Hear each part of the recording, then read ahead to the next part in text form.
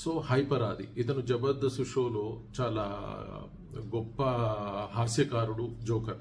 So ఇతను దానిలో జోకులు చేస్తే బాగానే ఉంటది, కానీ సమాజం కూడా జబర్దస్త్ లాంటిది అనుకుంటే చాలా ప్రమాదకరం. ఈ మధ్య ఆయన మాట్లాడిన కొన్ని మాటల్లో ఏంటంటే వింతగా అనిపించినాయి, జోక్గా అనిపించినాయి. అదేంటి అంటే, హైదరాబాద్ చూడటానికి ఎంతో మంది టూరిస్టులు వస్తారు. అలాగే పిఠాపురంలో పవన్ కళ్యాణ్ గెలిపిస్తే ప్రపంచంలో ఉన్న టూరిస్టులందరూ ఇక్కడికి వచ్చేసి టూరిజం అభివృద్ధి చెందుతుంది అని చెప్పేసి ఒక మాట అన్నాడు. ఇది అతిపెద్ద జోక్ ఈ దశాబ్దానికి. సో పవన్ కళ్యాణ్ ఎంతమందికి తెలుసో ఆయనకు అర్థం కావాలి. ఎందుకంటే పవన్ కళ్యాణ్ అభిమానులకి ఇది చాలా సాటిస్ఫాక్టరీగా ఉంటుందేమో కానీ, ప్రపంచంలో చాలా మంది నటులు ఉన్నారు, ఆ నటులు ఆ ప్రాంతానికే రిస్ట్రిక్ట్ అయి ఉంటారు తప్పితే ప్రపంచంలో ఉన్న అందరూ కూడా వచ్చి వీళ్ళని చూడటానికి వచ్చి అక్కడ టూరిజం డెవలప్మెంట్ అయింది ఎక్కడ కూడా లేదు.